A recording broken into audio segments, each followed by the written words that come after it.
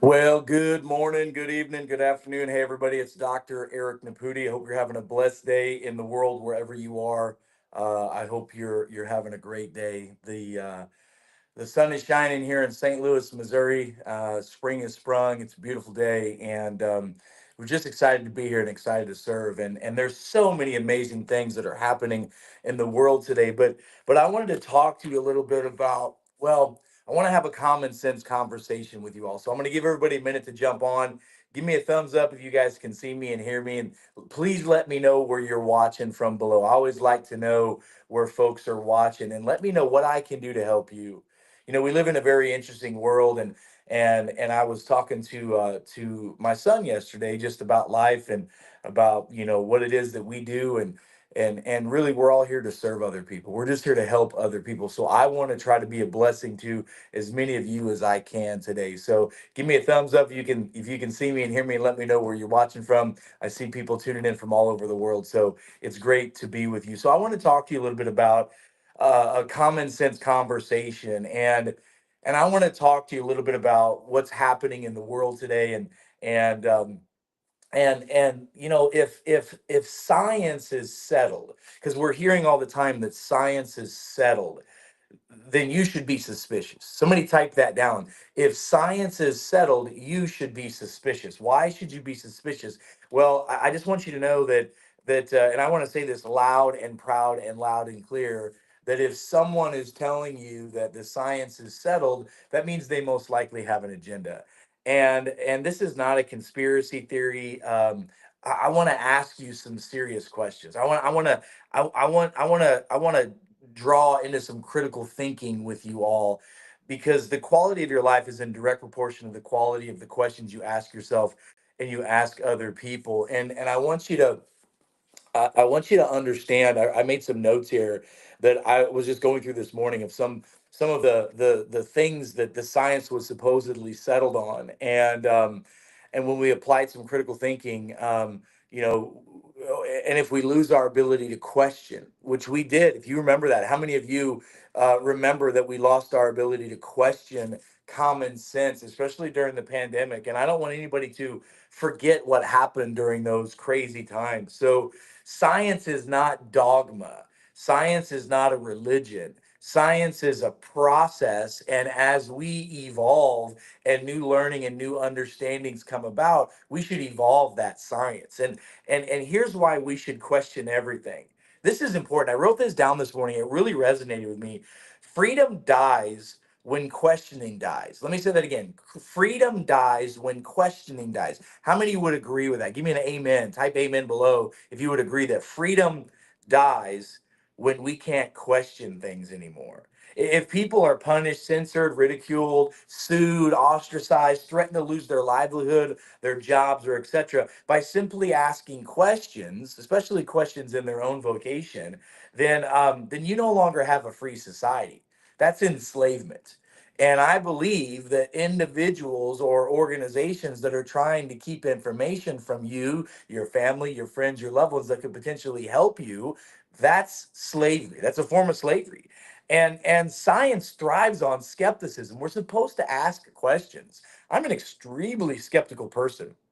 You got to show me, tell me, and then show me again before I believe anything that you tell me is legit. And every major scientific breakthrough, every single one that's ever happened since the beginning of time that we are aware of, has come because somebody dared to say, what if the experts were wrong? What if it was done this way instead of that way?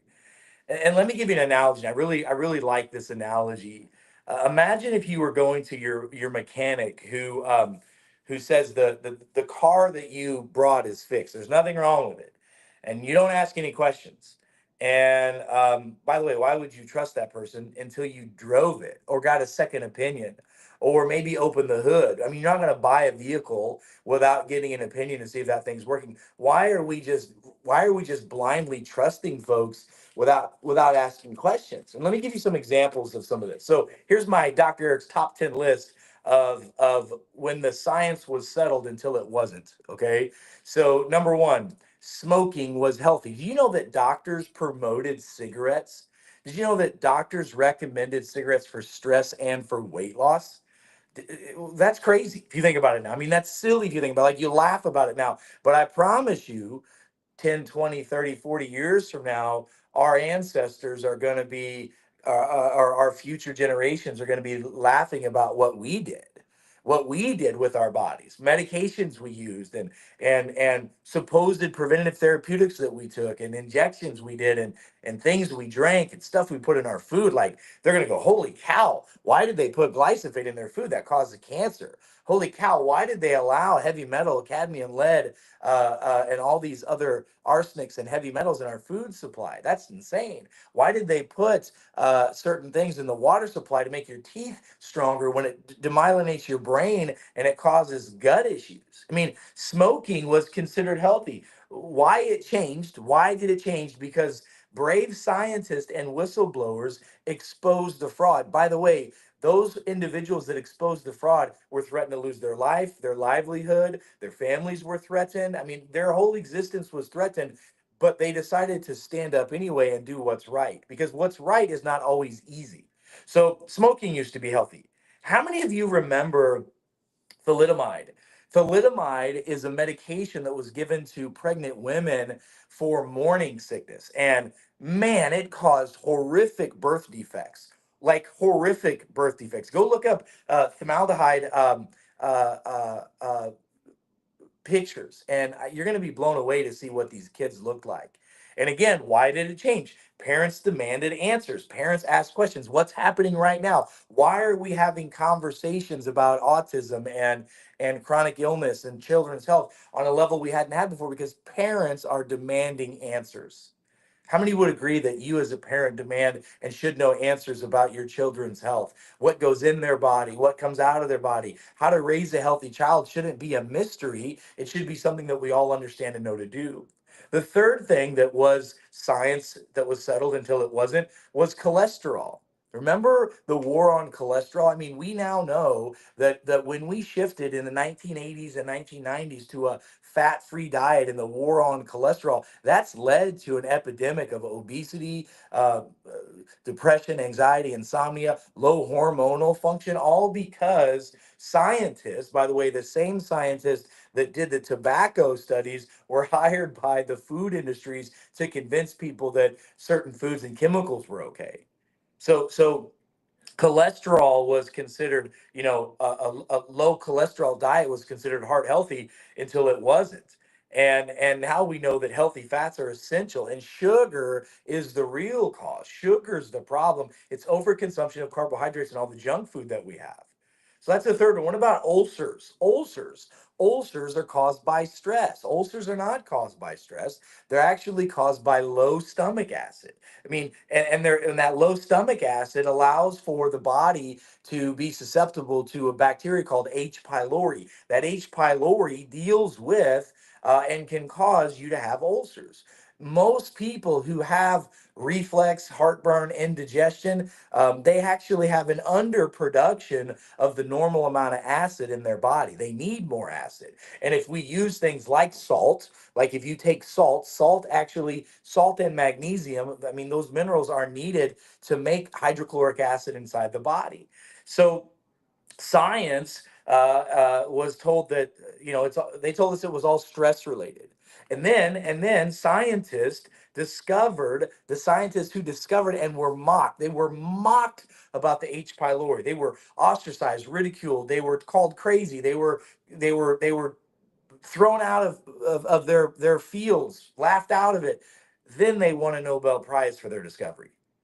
Like, this is what's happening right now. What about number five? What about during COVID? How many of y'all remember the masking and the lockdowns? Remember when they told us that wearing a mask was going to stop the spread of a virus that is smaller than the actual microns in the mask? It can't, the mesh that's in that mask cannot hold that virus. I mean, it's like trying to stop a mosquito with a cow fence. Like, it just doesn't work. So we were told mask, two mask, mask forever, three mask, four mask. And then real world evidence showed that masking didn't work. In fact, it caused more harm than good with folks. I can't tell you the countless amount of people that I saw that got fungal infections in their mouth, their lungs, and in their nasal cavities that then led to other problems because they were using the masking. And they lied to us again about that. Yet no one questioned it. And when they did, they were silenced, they were suppressed, they were banned, they were labeled as dangerous. I did a I did a radio interview about masking in 2020 with a Nobel Prize winning PhD doctor, Mario Molina, and we completely destroyed his BS claims about mask. And his paper was removed from medical journals when we questioned it. We have to question things. What about number six? You guys remember Vioxx? Vioxx was a prescription painkiller that was approved by the FDA as effective and safe, and it killed people. I mean, Merck had to pay $4.8 billion in lawsuits that they settled for killing people. And we were told by Merck and by the FDA that it was safe and effective, and it killed people. Remember, every single drug that has been approved, sorry, every single drug that's been removed from the shelves for hurting, killing, or maiming people was first approved by the FDA. Just think about that for a moment. What about DDT? Remember DDT, that spray DDT, that pesticides and the spray for mosquitoes? I mean, still to this day, they drive around neighborhoods and smog out the neighborhoods with pesticides and herbicides and larvicides. And these things actually can cause immune problems. They can cause hormonal issues, all because we were told it's safe. And it's linked to cancer, birth defects, environmental collapses. It destroys, kills the bees and all the things that we need for our ecosystem, and it's a problem. But it was considered science, and the science was settled on DDT and pesticides being safe until it wasn't. There's a huge report coming out any day now from Health and Human Services that's going to show that chronic illness, the number one cause of chronic illness is chronic inflammation. And the number one cause of chronic inflammation are pesticides, herbicides, larvicides, fungicides, heavy metals, microplastics, environmental toxins that the FDA and EPA has allowed in our food supply. But now we, the parents, and we, the people, are questioning that science, and we're now seeing what we've been seeing for a while, that it's not true. Does this resonate with you? Give me a thumbs up if you understand that we're dealing with some serious problems here. I mean, what about lead and paint? Remember when you remember hearing people saying, "Well, that kid must have had lead, had ate paint chips when he was a kid, all that lead." Why? Because those heavy metals that are in that lead cause problems